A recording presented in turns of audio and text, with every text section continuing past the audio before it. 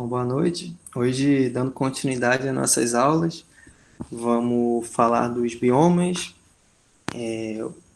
também a vegetação e o domínio morfoclimático. Vou explicar para você o que é isso, como que elas também estão em diálogo e se interagem, né, dialogam com o clima, com as relações do clima, beleza?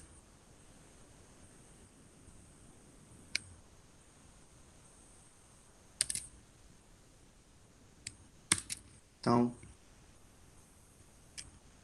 essa aqui é a foto do Parque da Chapada dos Veadeiros, ali no Centro-Oeste, que tá no bioma do Cerrado e é um local onde estão as nascentes do Rio da Prata, que desce para o sul, ali Argentina, Uruguai, e desemboca, pegando no Rio Grande do Sul também, e desemboca no oceano, deságua no oceano, né?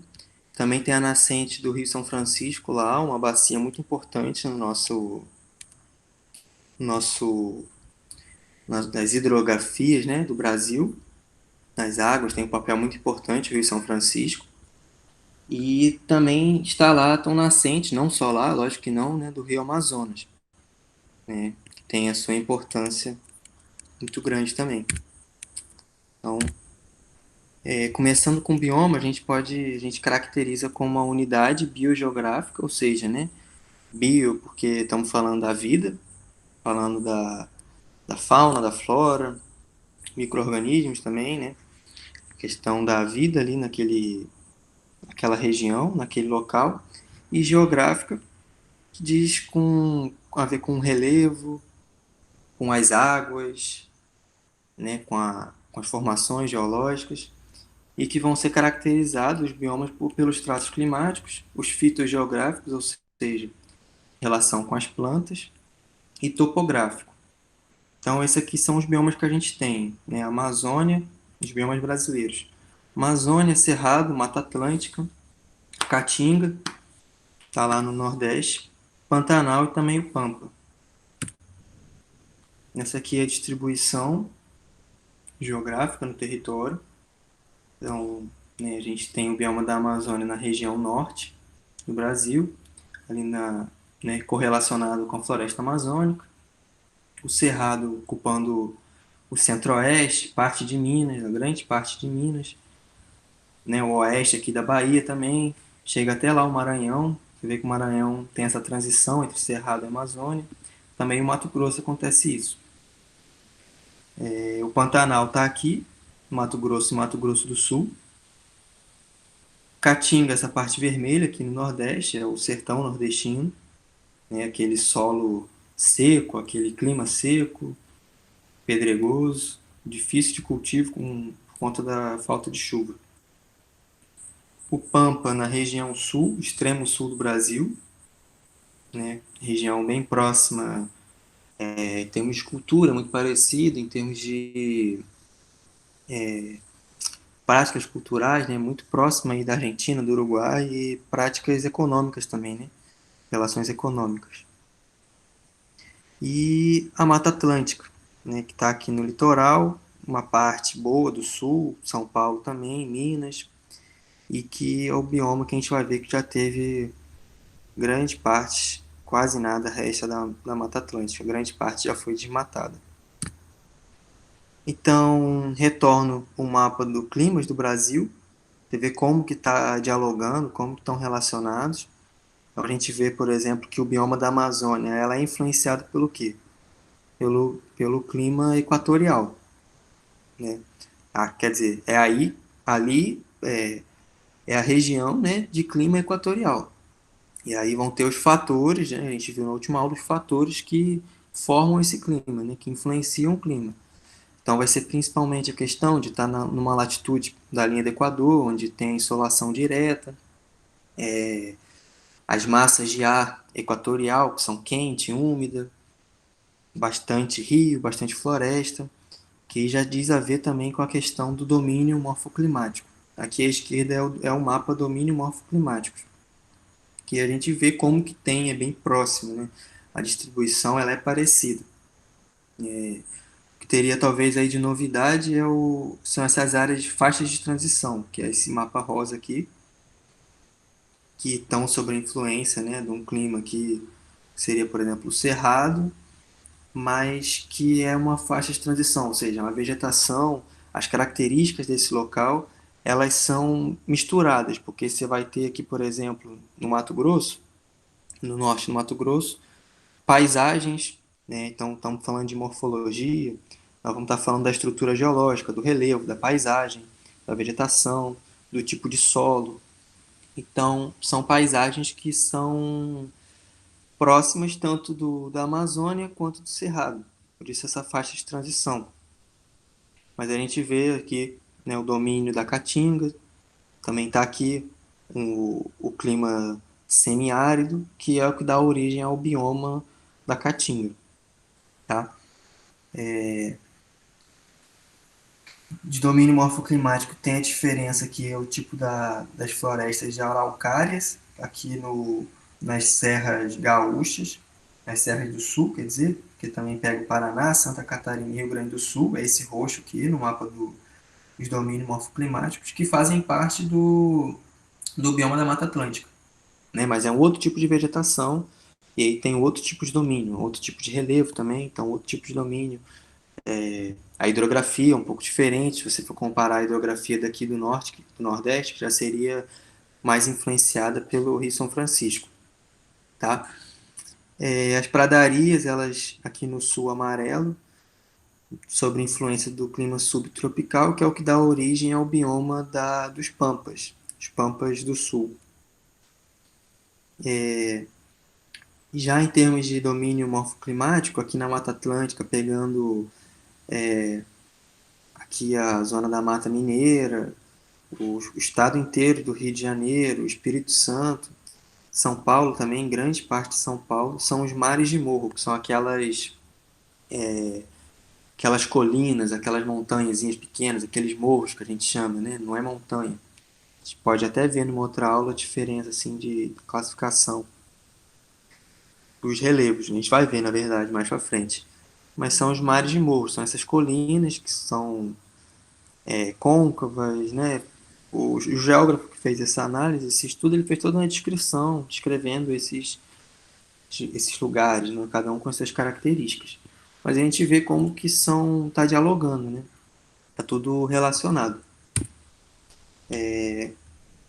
Então, entrando aqui mais especificamente no bioma da Amazônia, a gente vai ter essa questão, né, da influência do clima equatorial, forma a floresta amazônica, é um local com altas temperaturas e a temperatura que não varia muito durante o ano inteiro, né? Você não tem assim um inverno rigoroso lá, na verdade é sempre quente e as chuvas são sempre abundantes. E como não tem essa variação de temperatura, a gente fala que tem amplitude térmica pequena, né? Clima úmido, grande biodiversidade, né? Então, estamos falando que nosso país é o país com maior biodiversidade, e não é só a Amazônia, mas também o Cerrado, a Mata Atlântica, que assim já foi totalmente, quase totalmente exterminada, desmatada, mas que abriga uma biodiversidade muito grande. E isso vai ser assim desde da flora, né, a diversidade das plantas, das árvores, né, envolve todo os saberes, né, o conhecimento, o uso daquela planta, que tem vários usos, uso medicinal, uso em bioconstrução, usos, enfim, culturais das comunidades tradicionais ali, sem falar também nos que vivem da floresta, né, os extrativismos, os povos extrativistas, que fazem aí a extração da borracha, por aí vai. É o que a gente fala também da questão do solo da Amazônia, que é um solo pobre, né, mas que por conta dessa ciclagem, né, do clima aí, mantém uma vida muito ativa no solo, né? Então, com bastante micro-organismos decompositores que vão estar fazendo seus papéis naturais, suas funções naturais e vão possibilitar a mobilização de nutrientes para poder sustentar aquela floresta lá enorme, que por sua vez sustenta uma bacia hidrográfica também enorme, muito extensa. O Rio Amazonas é o rio mais volumoso do mundo, né? Um quinto das águas doces do mundo inteiro é o Rio Amazonas. É o rio mais extenso do mundo, é o Rio Nilo, no continente da África, né, que nasce lá na Etiópia, que sobe, né, sobe o território, sobe o mapa ali, né, o famoso Rio Nilo do Egito, mas que tem a sua nascente principal, sua origem lá na Etiópia. Tá? Então aqui algumas imagens, aqui uma diferença dos tipos de mata, né, a mata de terra firme, as matas de várzea que sofrem em algum período do ano, em alguns momentos, por conta da cheia do rio, elas estão inundadas, e as matas de igapó, que estão mais ainda sobre a influência do rio que tá que se eleva, né? E sim, as plantas, as árvores estão adaptadas para esse tipo de local. Aí, sim, uma série, né, de frutas que a gente pode falar que são de origem da Amazônia, cacau, cupuaçu, açaí, né, que são consumidas até no mundo inteiro, não só no Brasil. Populações ribeirinhas aqui, né, o tipo de construção, palafita, que se constrói elevando um pouco aqui, considerando o regime, a movimentação das águas do rio, né, esse grande rio que são avenidas, né, para essas pessoas, são ruas, são ruelas, são estradas e também fonte de sustento, né, a mata e o rio.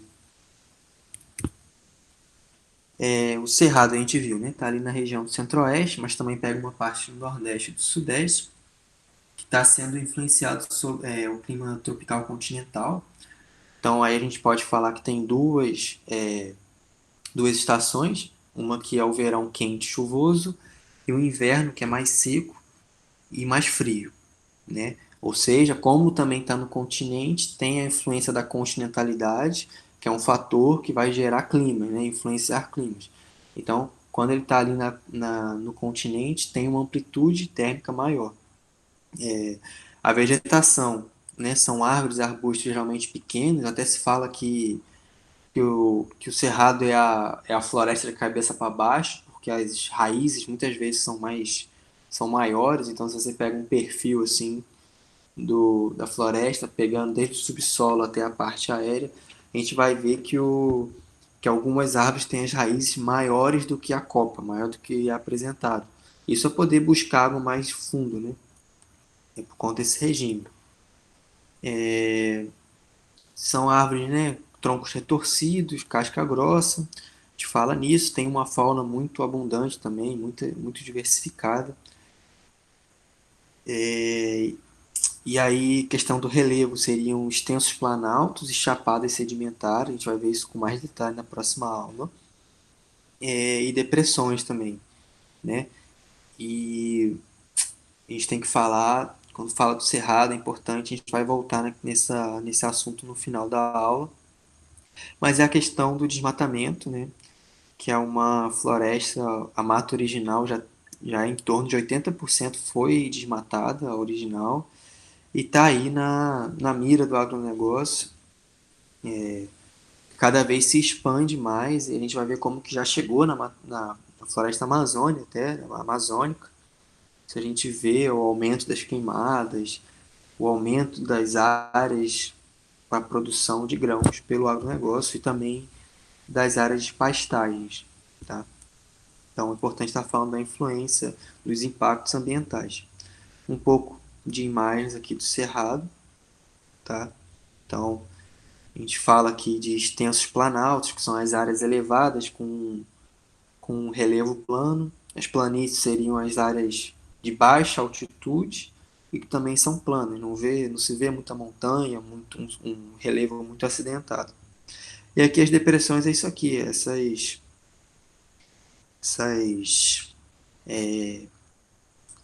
quedas aqui, né? Essas diferenças que fazem vales, que fazem cadeia montanhosa aqui. É o tamanduá, lobo-guará também. É a Mata Atlântica, né? Que é a mata aí no litoral, que foi o primeiro contato, né, assim, da colonização quando chegou pelo litoral e aí foi, né, a gente viu um pouco quando a gente falou da industrialização no Brasil, como que foi avançando, como que se teve os planos desenvolvimentistas, né, construiu Brasília, a gente vai ver na aula de imigrações, a gente vai ver também tipo, a expansão das fronteiras agrícolas, que a gente vai falar um pouco mais hoje, como que se expande para o centro-oeste, aí que vem posteriormente o desmatamento do Cerrado. Mas o primeiro foi a Mata Atlântica, e hoje o que se mantém ainda é o que está em serras, né, em áreas que seria muito difícil de estar se fazendo a extração, a derrubada, né, o desmatamento. Mas grande parte da Mata Atlântica foi desmatada, né? Então são, né, a floresta que se chama latifoliada, né, que é o que fala, que são folhas largas e grandes, e perene porque as folhas não caem durante o ano, né? E estaria aí sob a influência principalmente do clima tropical e tropical litoral, tá? Então também bastante chuva, pouca variação de temperatura, alguns locais mais para o continente e que sejam de uma altitude maior, como por exemplo Petrópolis, as serras de Minas mesmo, Juiz de Fora, sofrem diferenças de temperatura maiores. Tá? Também a mata, né, com bastante biodiversidade, tanto de fruta, quanto de pássaro, quanto de animais, quanto de mamíferos, outros que não são mamíferos, né, a parte biológica não é meu forte, mas animais, né, de vários, né, desde pequenos até grandes, de todos os portes. Tá bom? Beleza, gente? Vou seguir. A Caatinga, né, a região mais seca do país, ali sob a influência do tropical semiárido, quer dizer, do semiárido, não tem tropical, e que já teve grande parte ali até que virou deserto, né? E assim sofre bastante, né, risco, assim, é ameaçada de toda a Caatinga, né, sofrer esse processo de desertificação. O solo lá é raso, é um solo recente e muito pedregoso, né?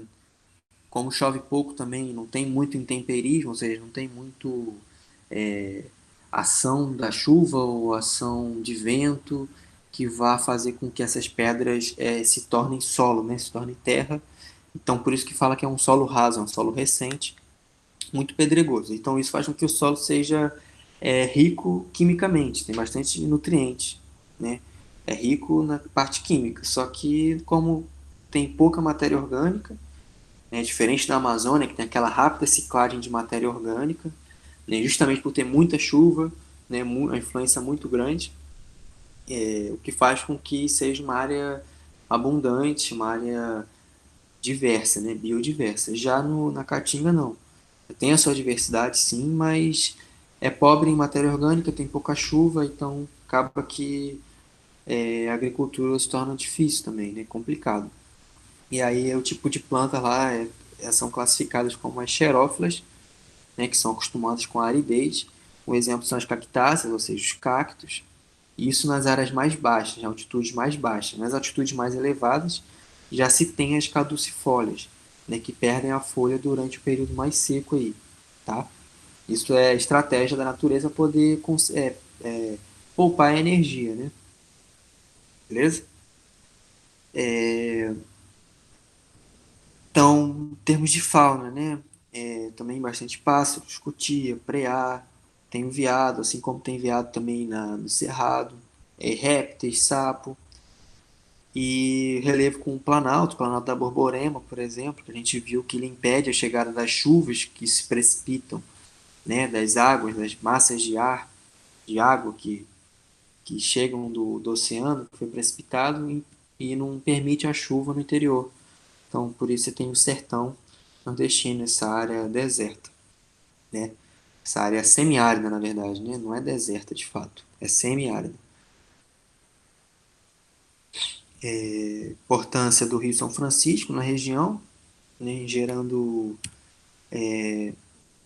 suporte para a agricultura e também energia hidrelétrica, né?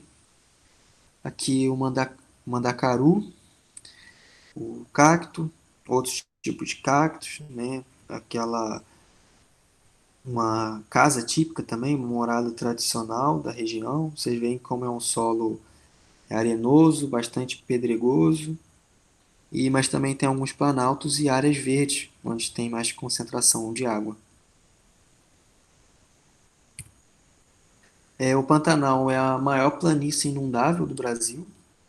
Está ali no Mato Grosso e no Mato Grosso do Sul. Está sendo influenciado pelo regime e movimentação dos rios, ou seja, tem a ver diretamente aí com a quantidade de chuva que cai na região, né? E aí tem o período, portanto, chuvoso e o período mais seco, que grande parte da água é drenada, né? Então você teria aí dois tipos de vegetação praticamente que estão adaptados a essas duas ocasionalidades, duas possibilidades, duas ocorrências que acontecem no bioma do Pantanal, tá? Não só a flora, mas também a fauna. Tem também, é muito diversificado, e aí tanto a fauna quanto a flora, né? Peixe, mamífero, pássaros grandes, mamíferos muito grandes também, como a anta, jacaré, o que mais? Sapos, né? Répteis. E aqui algumas imagens dessas planícies inundáveis, alagadas.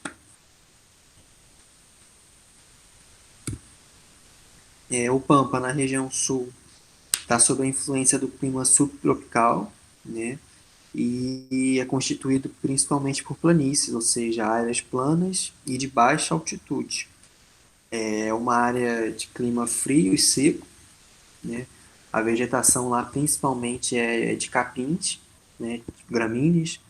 Então, assim, capim barba de bode, um exemplo, capim gordura, capim mimoso e vários outros.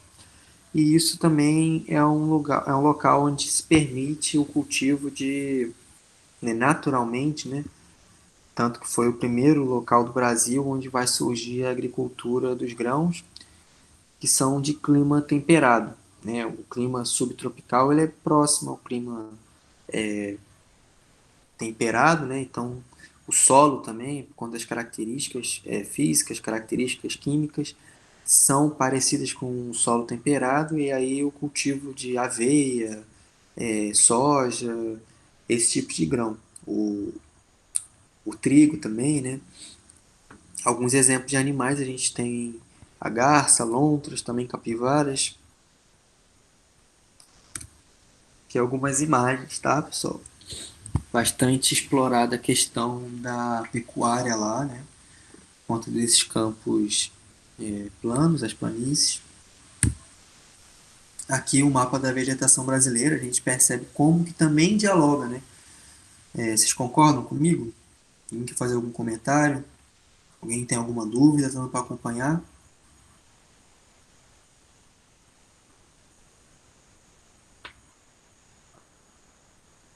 Deixar vocês analisarem um pouco esse mapa. Se vocês quiserem falar alguma coisa, alguma conclusão, alguma impressão, o que vocês acham assim, né?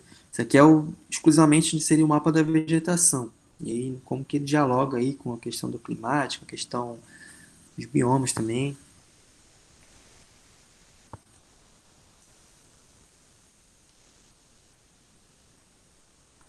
Ana, tem alguma coisa a falar, não?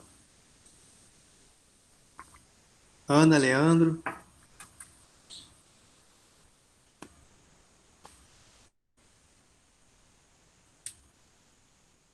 Você já falou sobre a Mata Atlântica? Como? Você já falou sobre a Mata Atlântica? Falei sim. A Mata Atlântica, ela tá aqui nessa região litorânea, desde do Nordeste, no Rio Grande do Norte, aqui, pegando todo o litoral, é, até aqui o Santa Catarina, mais ou menos, essa parte que está identificado como floresta ombrófila aqui, tanto a densa quanto a aberta inclui a Mata Atlântica, bastante parte de São Paulo também. Vou voltar lá no slide. vocês verem melhor. Aqui é a Mata Atlântica, aqui, ó. São Paulo, Paraná, Santa Catarina, Minas, Espírito Santo inteiro, Rio também, né? E aí é uma floresta que quase que inteira já foi derrubada. A maior parte que se mantém de pé é aqui nas serras de Santa Catarina e Paraná. E, e também é a mata, né, com bastante biodiversidade, bastante rica, tanto a fauna quanto a flora. Aqui a imagem do tipo da mata, né? Florestas também com árvores grandes, samambaias, vários tipos de plantas e de animais também. Então aqui a gente tem, ó, por exemplo, a floresta ombrófila, são as florestas que não faltam umidade durante o ano. Então elas vão estar aqui predominantemente na floresta amazônica, no bioma da Amazônia e também no bioma da Mata Atlântica. Aí nisso elas se dividem, né, entre a que é densa, que aí vocês podem reparar que isso acompanha, está mais próximo dos rios, tá vendo como que é mais escuro? Porque ela é mais densa. E mais distante do corpo d'água aqui da Amazônia é uma floresta ombrófila aberta, é um pouco menos densa, né? E tem também a mista, que está aí ocupando algumas áreas do território. A floresta estacional é a floresta que falta umidade, né, no período seco. Então tem esse regime, assim. Aí seria aqui mais principalmente o cerrado. Cerrado não, desculpa. Nessas faixas de transição, até que foram descritas, né, no domínio morfoclimático. O cerrado, na verdade, é o que é chamado de savana. O cerrado também pode ser chamado de savana brasileira. É a mesma savana, mesmo tipo de clima, mesmo bioma que se tem lá na África, que a gente às vezes já ouviu falar de savana, acontece aqui também. A savana estépica é o que seria a vegetação típica da Caatinga, aqui no Nordeste, e a estepe mesmo é lá no sul, é no bioma do Pampa, tá? Além disso, não se encaixa em um tipo de vegetação, né? Não tem um bioma específico. É o que se chama de manguezal, que são os mangues, né? Que é essa, esse tipo de árvores que têm as raízes aéreas e que estão num solo que é muito salino, ou seja, com muito sal, por conta da falta de oxigênio, porque também está sempre alagado. Aí geralmente está aí também nas beiras, né, das águas. Bastante comum lá no Nordeste de Pernambuco, também na Amazônia tem essa ocorrência. Tá? Então, parecido ali com a mata de Igapó, que tem a oscilação da, das enchentes ali do rio Amazonas, mas também acontece os manguezais na beira do mar, né? Na água, não na água doce, mas na água salgada. A Restinga é essa extensa faixa de areia aqui que ela acompanha o litoral. Muitas vezes ela está entre o mar, entre uma lagoa. Ela é formada por processo de sedimentação, a gente vai ver com mais detalhes na próxima aula, mas geralmente solos arenosos, né? A sedimentação é essa deposição assim de material. Muitas vezes é levado por rio, né? Então você vai se formando assim, vai se sedimentando. A água leva materiais, pedra, rocha, né? E aí vai com isso fazendo o intemperismo, até que vai virando areia, vai virando quartzo, praticamente, areia é quartzo. E aí a restinga ela é caracterizada por esse tipo aqui, assim, de acontecimento, tá? Ela está relacionada com a costa, beleza? Vamos falar agora do hotspot, né, que são, né, a comunidade assim internacional pensando nessa questão ambiental, tudo mais, né, as universidades, instituições, ONGs levantaram essa questão dos hotspots, né, falando que seriam áreas que estão sobre grande ameaça e que essa ameaça, essa área natural, essa ameaça à área natural, ela impacta e é de interesse a nível global, né? Então, ela é definida como um ecossistema que tenha mais de, né, pelo menos 1.500 espécies endêmicas de plantas, espécies nativas, né? E que tenham perdido mais de 75% da vegetação original. Então, no Brasil, a gente vai ter dois hotspots, né? O Cerrado e a Mata Atlântica. Aí você fala, e a Amazônia? A Amazônia não é importante a nível global? É muito importante a nível global. Ela influencia, né? A gente vê como que ela forma, ela mantém o clima no Brasil inteiro, com os rios voadores, e também influencia a convenção dos ventos, a dinâmica da atmosférica no mundo inteiro. Só que ela não é um hotspot porque ela não tem mais de 75% da vegetação original derrubada, né, depredada, né? Ainda bem. Mas infelizmente o Cerrado e a Mata Atlântica já estão nessa situação, tá? Infelizmente. Aqui é a área antropizada, ou seja, né, o que que é antropizada? Antropo é o homem, né? Então é a influência do homem, o homem social, né, gente? Da espécie humana. Se tem essa discussão, alguns falam, né, que a gente já estaria num período antropoceno, seria, ou seja, um período em que a influência, o impacto que o ser humano causa na. Isso é possível, assim, talvez, de vir a questão. Eu estou falando porque é interessante.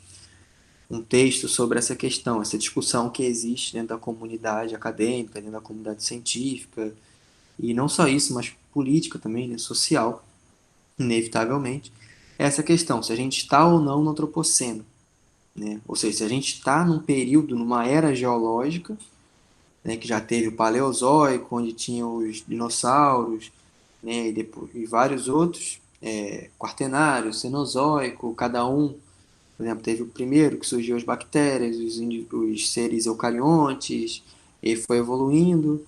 E aí alguns falam, alguns cientistas, alguns geógrafos, alguns ambientalistas e tudo mais falam que a gente estaria no período antropoceno, ou seja, já o impacto do ser humano é tão grande a nível global que até também se dá uma, uma era geológica. Não sei se é para tanto assim também, né? Sei lá. Essa é uma discussão interessante que a gente pode fazer. Se realmente a gente está nisso, de fato é lógico que a influência, o impacto do ser humano é muito grande.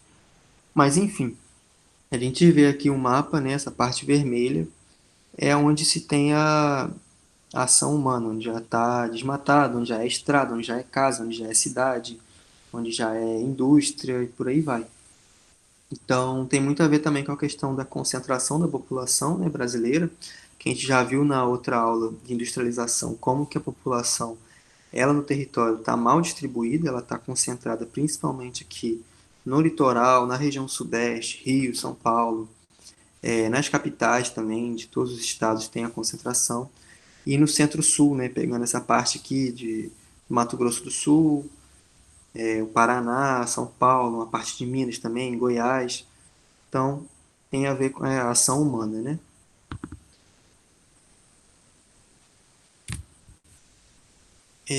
Então, seguindo essa linha, né? Questão de que desde o período da colonização, né, que aí, como eu falei, que se começou vindo pela Mata Atlântica, foi a ação humana, né? A ação do homem para a sua economia é o desmatamento, né? É a predação, é a exploração da natureza. E aí essa origem foi nas capitanias hereditárias, né? Que Portugal, o Império, dividiu as terras do Brasil e decidiu que elas eram capitanias hereditárias, ou seja, grandes latifúndios que seriam dados, né? Dominados, controlados e geridos, né? Por uma pessoa, por alguém indicado, alguém que seria nomeado para poder ocupar aquela terra ali, para poder plantar a cana-de-açúcar, que foi o primeiro ciclo econômico do Brasil. Depois veio o ouro, com a exploração das Minas Gerais, e o ciclo do café depois, né, já até não era mais império, não era mais colonização, até já virou república depois e continuou, né? A gente viu ali também já em aula passada a República Café com Leite, essa alternância dos poderes e envolvendo o ciclo do café. E aí hoje a gente teria a expansão da pecuária e da soja, também dominada por oligarquias locais, ou seja, eu falo oligarquias, eu falo pequenas pessoas que dominam, têm o controle político da região, e latifúndios a gente está falando numa estrutura fundiária de concentração de terra, né? Então, a gente está falando em muitas pessoas quer dizer, em poucas pessoas, né, que tem muitas áreas de terra, né? Concentra a terra e muitas vezes essa terra ela é improdutiva, ela está lá, serve só de especulação financeira, né? É uma poupança ali do cara que vai vender depois, sei lá, de quantos anos, ou nem vende, deixa ali, que é interessante naquele momento, deixar ali, né? Aí agora a gente vai entrar na questão da soja, né, da pecuária, da fronteira agrícola que vem se expandindo e com isso acontecendo o desmatamento cada vez mais, né? A gente já viu que o Cerrado já é um hotspot, ou seja, já tem mais de 75%, ou seja, 3 quartos da sua vegetação nativa desmatada e está se expandindo para a Amazônia. Então, interessante esse texto aqui que diz assim, né? A atividade agrícola em si já é uma violência às estruturas e aos processos da natureza e seus serviços ecossistêmicos vitais para a vida superior e a produção. A agricultura atual modificou radicalmente os ecossistemas, implantando sistemas mecanicistas, não naturais, com visões de curtíssimo prazo, a favor de lucros momentâneos que destroem o solo, os cursos de água, o clima e o futuro da humanidade. E depois aqui nesse texto, a Ana Primavera, para quem não conhece, ela é uma agrônoma, os trabalhos muito bons. Ela vai falar sobre um outro tipo de agricultura possível, né, de impacto menor possível, né, que é possível e que é o nosso dever, né? E que se não for essa agricultura, a gente não tem muito tempo, porque a gente está desmatando a um ritmo muito elevado. E não é só desmatar, você vê toda uma relação sistêmica que vai secar, né, as águas e causar impacto, né, na nossa alimentação, no tipo de produto que a gente está consumindo. Então, para não demorar muito, que nossa aula está chegando no final, o tempo, quer dizer, vou correr um pouco aqui. As fronteiras agrícolas, a gente vai falar nessa expansão das áreas cultiváveis usada para pecuária ou para produção. E aí vamos falar do Mato Piba, aqui uma imagem da agricultura convencional, muito mecanizada, né? Mecanicista e com altos insumos, né? Muitos insumos. E aí aqui um mapa mental, bastante coisa que traz essa discussão. Então, vocês lembram na terceira revolução industrial lá, que foi a revolução técnico-científica, né? E com isso teve o desenvolvimento da engenharia genética, em grande parte, a biotecnologia, também a questão da informação, né? A, a telecomunicações, e com isso a gente tem a mecanização da agricultura e também os organismos geneticamente modificados, né? Que a biotecnologia permite que você mexa no gene, no DNA ali de uma espécie e crie sementes transgênicas, né?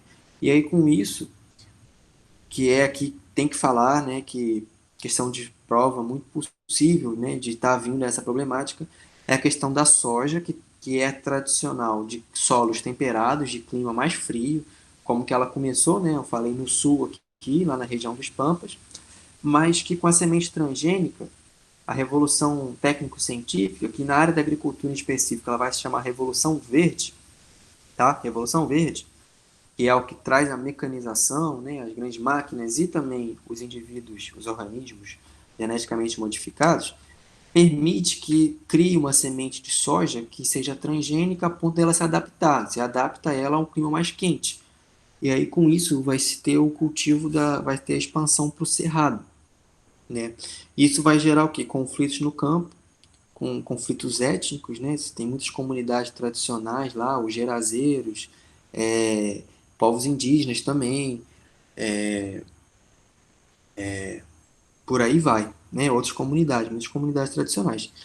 O que faz essa mecanização, ela causa desemprego, o que força o êxodo rural. Então, a gente vai vendo em outras aulas o movimento de migração dentro do Brasil se intensificou nesse período de 70, década de 70, que é e essa migração, ela antes, primeiro, né, tem a movimentação do sul para o centro-oeste, com essa expansão da monocultura da soja e do latifúndio, então a migração do centro do sul para o centro-oeste, e também tem uma movimentação muito grande de pessoas que viviam da terra com pequenas propriedades, né, ali, autossuficiência e até mesmo para mercado, que migraram para as cidades e aí aumentou, se intensificou a urbanização.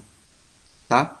Matopiba é a nova fronteira agrícola do Brasil. Essa área laranja aqui, pegando os territórios, né, Tocantins inteiro, parte do Piauí, oeste da Bahia e também Maranhão. E aí está se expandindo para o cultivo de soja, tá, gente? Isso vem aumentando o desmatamento. Aqui algumas imagens, ó, morte do cerrado, né, aumento do desflorestamento, etno, né, quando você mata a etnia, vocês já tiveram essa discussão com o professor de sociologia, muito interessante também, beleza? Aqui alguns dados, como que, por exemplo, em 11 anos, nós tivemos perda de estabelecimentos na agricultura familiar, ou seja, aquela agricultura. Vocês entendem, né? Vocês entendem quando eu falo agricultura familiar?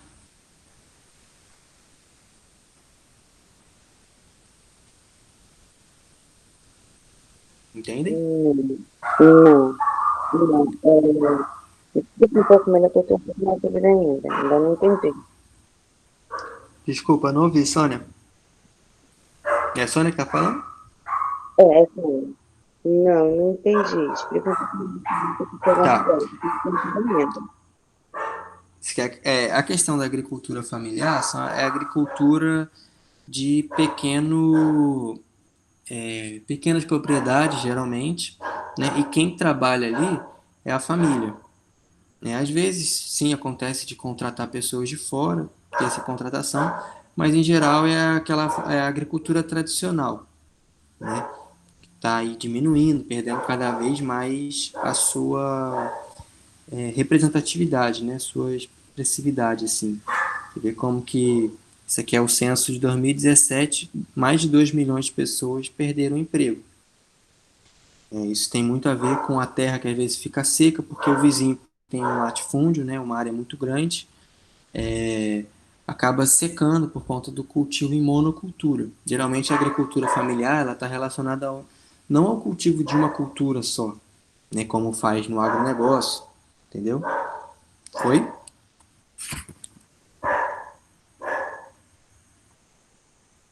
Entendi. Entendeu mesmo? Se tiver dúvida, mais pode falar. Não, entendi. Entendeu? Tá. Aí aqui, ó, por exemplo, agora vou explicar aqui, vai complementar o que eu estava falando. 77% da área, de área cultivável, é de agricultura não familiar. Só que a agricultura não familiar só se tem 23% do número de estabelecimentos. Ou seja, a gente conclui o quê? Né? O que a gente entende disso? Que os estabelecimentos de agricultura não familiar são poucos. E esses, como eles são poucos, eles são minoria, né, só 20%, ele significa que, e como ocupa uma área muito grande, isso significa que são latifúndios, né, são territórios muito grandes. A área grande, os latifúndios eles estão, né, concentrados. Enquanto que a agricultura familiar ocupa uma área muito menor e tem muito mais estabelecimentos. É representado por 77% dos estabelecimentos de áreas agrícolas no Brasil. Joia? Foi? Foi. Eu tô falando. É aqui, ó. O que acontece? A mecanização, o exemplo aqui, os dados estão mostrando. Como que entre 75 e 2017 aumentou o número de tratores usados para a produção agrícola e diminuiu o número de pessoas ocupadas, né, as pessoas trabalhando. Então, essa questão da mecanização, ela gera desemprego, e o desemprego vai causar crises, né, vai causar falta de renda e muitas vezes está relacionado com migrações, né. Isso a gente vai ver na próxima aula. Não na próxima, desculpa, mas mais na frente. Aí aqui, ó, como que em 85 esse era um mapa, se tinha ali o Cerrado, a região centro-oeste, com a formação salvânica ali, estava preservada, e hoje já se desflorestou muita coisa, né? 2017, nem hoje, dado 2017. E a área de agricultura rosa foi se expandindo da região sul, deslocando, e hoje já está chegando lá na Amazônia já, ó. A formação florestal que é o verde escuro, no norte aqui do Mato Grosso, já se tem grandes áreas ali, grandes latifúndios de área pecuária e área de produção de monoculturas de grãos, principalmente a soja, que é a principal commodity, principal produto agrícola brasileiro. Beleza? Aqui, né, alguns números, né, de como que foi esse processo nesse estudo entre 85 e 2017, a perda de área, o quanto que se desmatou, o quanto que se desflorestou, a perda em termos numéricos de 43%. E aí, né, o cerrado, né, por isso falar importante a importância ali do cerrado, da discussão do cerrado, que é o que mais sofreu proporcionalmente. 18% da perda de floresta para a agricultura foi no cerrado. Só que a Amazônia, em termos de número, é a maior, ou seja, o desmatamento lá foi ainda maior, né? Só que em termos absolutos, né? Não relativo. E já são 36 milhões de hectares, a área é muito grande também. Bom, e aí a Mata Atlântica, só para terminar, ela teve perda, sim, de hectare de floresta, mas nos últimos 10 anos a regeneração superou o desmate. Isso é bom, é uma notícia boa dentro de tanta coisas. Uma notícia boa. Aí aqui por último, só passar para vocês, né, de novo, assim, refletir essa questão das funções naturais da floresta e as consequências do florestamento. Não quero tomar muito tempo de vocês, que a aula já está passando aqui o tempo, está se esgotando. Mas, né, o que é a função natural da floresta? Primeiro, abrigar a biodiversidade da fauna e da flora. Ela também serve como barreira, né, que impede que os ventos levem a chuva. E aí a gente está falando de preservação ali daquele microclima, aquele clima não só ali também, mas não só micro, mas um clima até a nível global, nível nacional, né, voltando na ideia dos rios voadores. Além disso, uma outra função natural da floresta é a cobertura, né, natural, vegetal do solo, que aí ela impede a erosão, né, impede o lixiviamento, tá bom? Vocês entendem quando eu falo erosão, lixiviamento? A erosão é porque acontece quando se tem a chuva, né? Aí a chuva leva a terra embora, né? Tem aquele deslizamento quando chove muito. Isso aí a terra erodiu. Você vê em campos, você vê em áreas assim, aquela encosta que está sem vegetação e que sempre sofre deslizamento quando chove.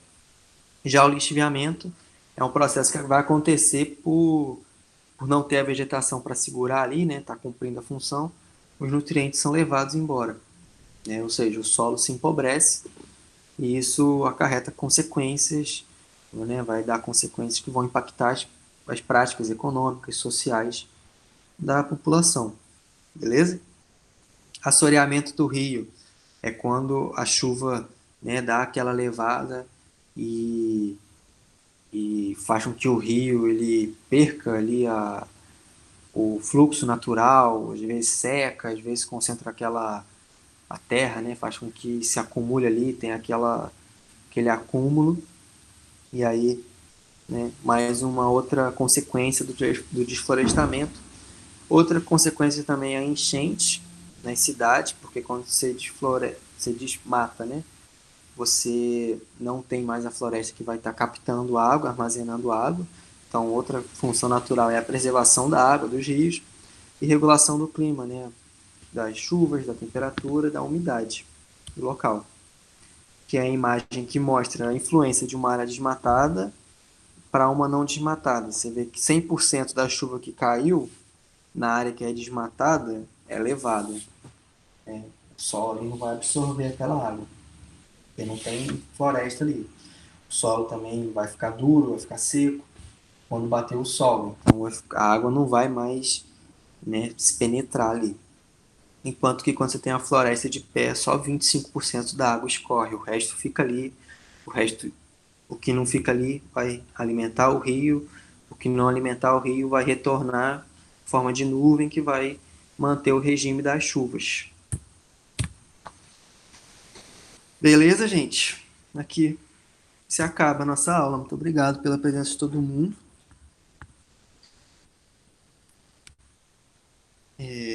Espero que vocês tenham entendido, espero que tenha dado para acompanhar.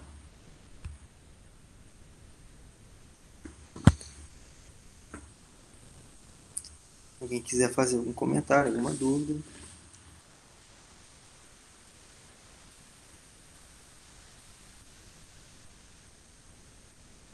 Valeu, Leandro. Agradeço pela presença.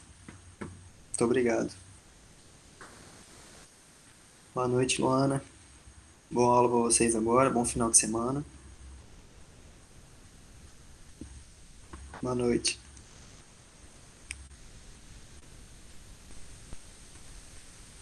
E aí, Sônia, deu para pegar? Ficou com alguma dúvida?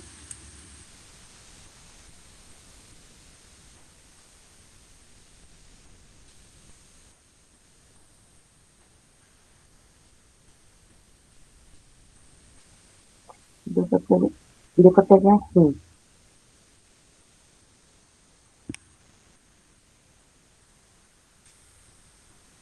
Deu sim? Ah, agora eu vi. Ai, que bom. Bom, obrigado também. Bem-vinda. Legal, fiquei feliz de saber que você está se juntando aí. Que você está também no empenho de fazer a prova, de entrar para a universidade.